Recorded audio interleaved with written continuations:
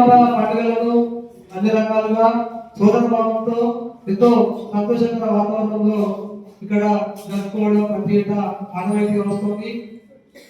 ఇటు వినాయక నవరాత్రులు కావచ్చు, ఇటు రంజాన్ మాసంలో ఇఫ్తార్ వేడుక కావచ్చు, అదేవిధంగా మన ఏదైతే క్రిస్మస్ సంబంధించి సపోజ్ క్రిస్మస్ కావచ్చు, ఈ వేడుకలు కూడా ప్రతి ఏటా కూడా అందరము జరుపుకోవడం గత కొంతకాలంగా ఆనవాయితీ వస్తుంది. ఈ ఆనవాయితీని యథావిధిగా కొనసాగిస్తున్నాము. ఇక కార్యక్రమంలో భాగంగా ఈరోజు మన క్రిస్మస్ వేడుకలకు హాజరైనటువంటి సిఎస్ఐ చర్చ్ మాస్టర్ కృపాకర్ గారు వేదికపైకి రావాల్సిందిగా ఆహ్వానిస్తున్నాం. ప్రసన్న కుమార్ గారు కూడా వేదికపైకి రావాల్సిందిగా ఆహ్వానిస్తున్నాం. సిఎస్ఐ కావచ్చు, ఇతర చర్చలు చేస్తున్నటువంటి ఫిజికల్ టీం కావచ్చు, గాయకులు కావచ్చు, వారందరూ కూడా స్వాగతం సుస్వాగతం. అదేవిధంగా సీనియర్ జర్నలిస్టులు, అదేవిధంగా వివిధ కేటగిరీలో పనిచేస్తున్నటువంటి ఫోటోగ్రాఫర్స్ కావచ్చు, వీడియోగ్రాఫర్స్ కావచ్చు, సెక్రటరీస్ కావచ్చు, డెస్క్ ఇన్ఛార్జ్ కావచ్చు, డెస్క్ రిపోర్టర్లు కావచ్చు, అందరూ కూడా స్వాగతం పలుకుతా ఉన్నాము. ముఖ్యంగా సార్ ఇక్కడ నిజామాబాద్ ప్రెస్ క్లబ్ లో మనం ప్రత్యేకంగా కూడా ఈ వేడుకలు నిర్వహిస్తున్నాము. ఇక్కడ దాదాపుగా 300 మంది జర్నలిస్టులు నిజామాబాద్ నగరంలో పనిచేస్తున్నారు. ఇందులో హిందువులు ఉన్నారు, ముస్లింస్ ఉన్నారు, క్రిస్టియన్ సోదరులు కూడా ఉన్నారు సార్. ఇక్కడ కెమెరామెన్స్, వీడియోగ్రాఫర్స్, అదేవిధంగా డెస్క్ లో పనిచేస్తున్న సబ్ కూడా మా దగ్గర సభ్యులుగా ఉన్నారు.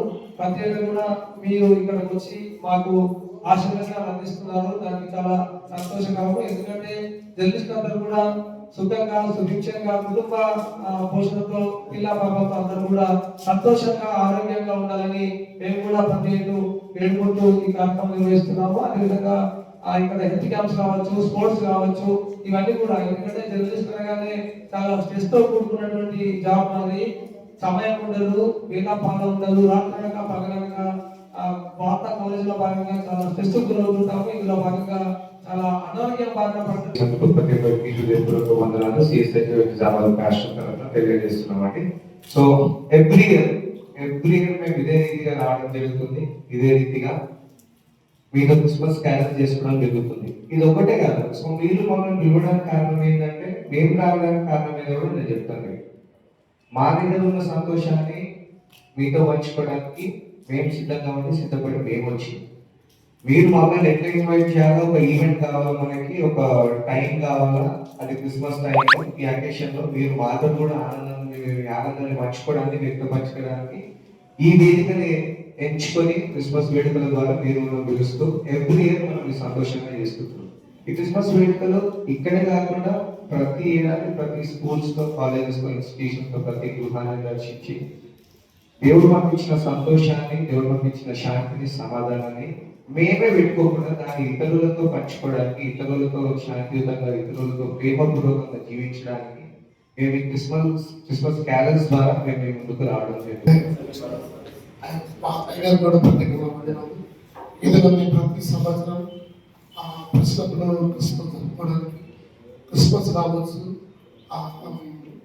గణపతి ఉత్సవాలు కావచ్చు, రంజాన్ కావచ్చు, సంతోషంగా కొన్ని సంవత్సరాల నుంచి జరుపుకున్న ఏ ప్రెసిడెంట్ అయినా, ఏ సెక్రటరీ, ఏ టీం చేయైనా ఎంతో సంతోషంతో, ఉత్సాహంతో జరుపుకుంటూ ఇలాంటి అవకాశం మనకందరికీ నిర్వహించినందుకు మీ అందరూ వచ్చినటువంటి వారందరికీ మా ప్రెస్ మిత్రుల తరఫున అందరికీ ఆహ్వానం పలుకుతా ఉన్నా.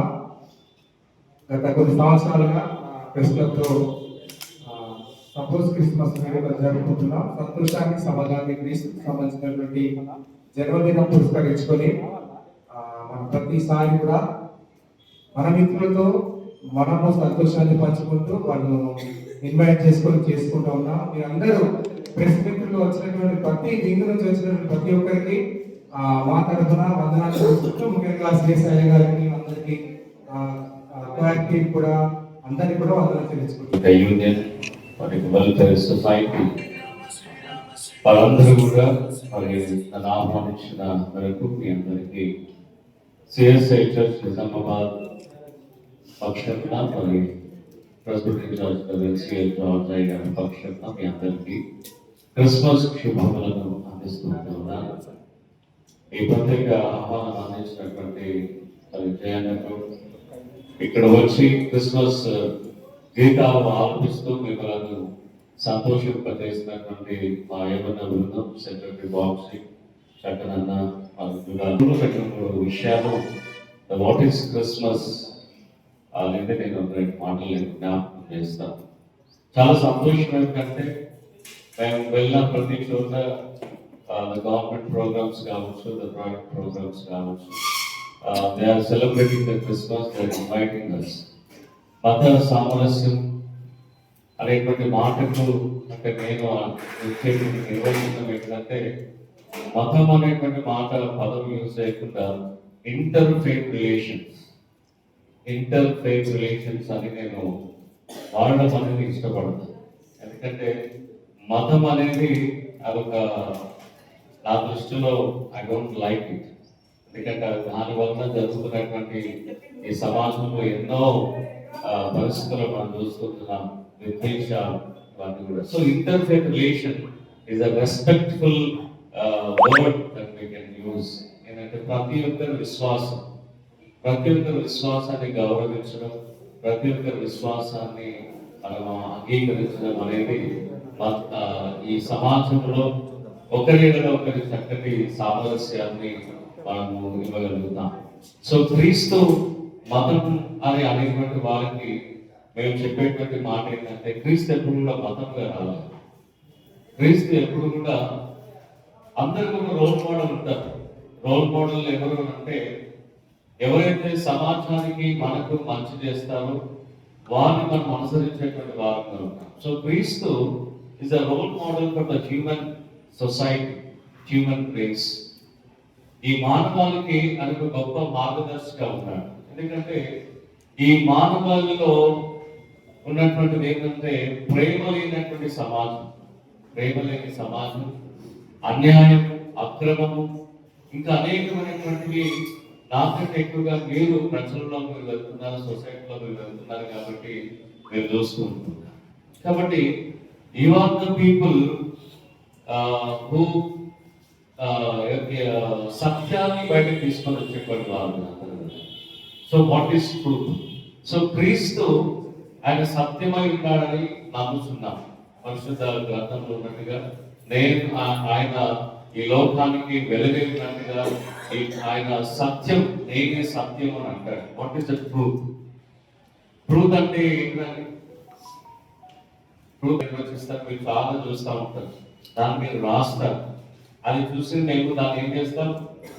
నమ్ముతాం, విశ్వసిస్తాం. మీ ఫాలో, మీరు ఏం చెప్పినారో అది మేము నమ్ముతాం. మీరు చెప్పారు అనగా మీరు చెప్పేది ఏంటంటే మీరు చూసేది ఒకటే కాదు.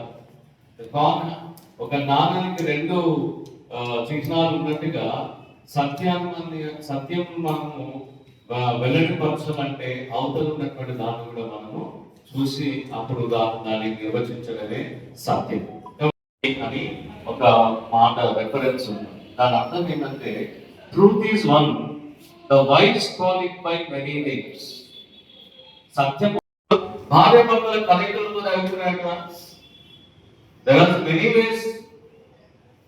ఐవీఎఫ్ ఉంది, ఐఏ ఉంది, ఇంకేముందండి, సరోగసి ఉంది. So many are there. The science కి అసాధ్యమైన ఏది లేనట్టుగా ఈరోజు మనం చూస్తాం. కానీ దేవునికి అసాధ్యమైన ఏది కూడా లేదు. ఇప్పుడు డిగ్ ఆఫ్ ద ట్రూత్ జరిగిన కొన్ని హిస్టారికల్ 12 ఏళ్ల వయసు కలిగినటువంటి ఒక చిన్న బిడ్డ గర్భం దాల్చింది without any sexual intercourse. How it happen?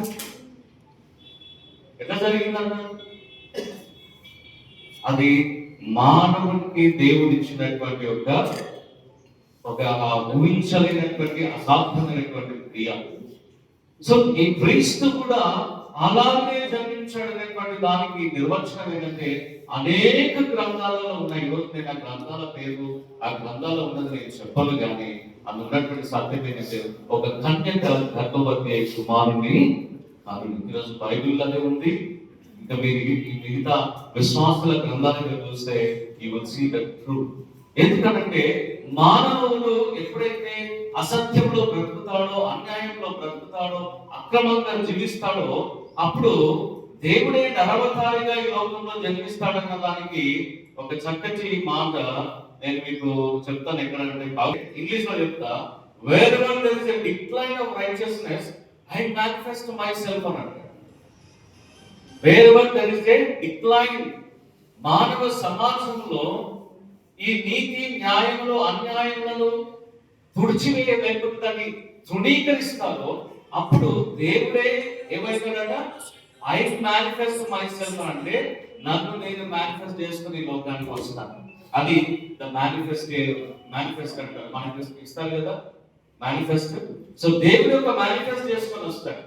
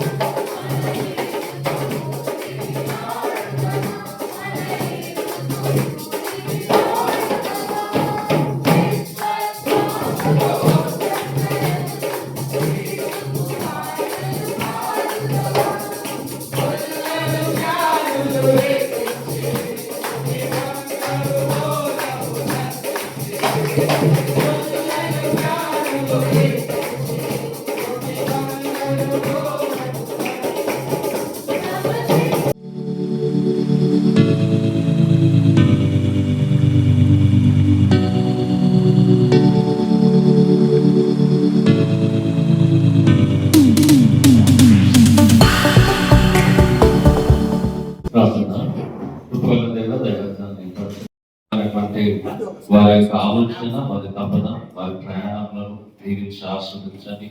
ప్రతి అపాయం నుండి, ప్రతి కీడు నుండి, ప్రతి బెదిరింపు నుండి వారికి మీరే సంరక్షకుడై కాపాడమని ప్రార్థిస్తూ ఈ సమయంలో కట్ చేసినటువంటి కేక్ ద్వారా నీవు మహిమ పొందుతున్నాయి. మా రక్షకుడు తీసుకున్నప్పుడు ప్రార్థిస్తున్నాం.